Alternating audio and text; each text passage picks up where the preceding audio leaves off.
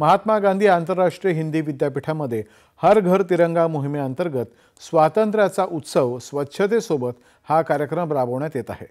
भारत सरकारच्या शिक्षण मंत्रालयाच्या निर्देशानुसार या विद्यापीठामध्ये व्यसनमुक्त भारत मोहीमही राबवली जाते।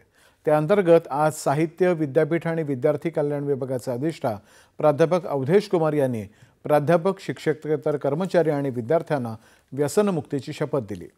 अटल बिहारी वाजपेयी भवनामध्ये तिरंगा रांगोळी स्पर्धाही आयोजित करण्यात आली होती। यामध्ये सहभागी झालेल्या विद्यार्थ्यांनी रांगोळीतून आपण सर्व एक आहोत, माझा भारत महान असा संदेश दिला। त्यानंतर इकडे तिरंगा रॅली काढण्यात आली। विविध मार्गांनी मार्गक्रमण करत महात्मा गांधीजींच्या पुतळ्याजवळ या रॅलीचा समारोप झाला।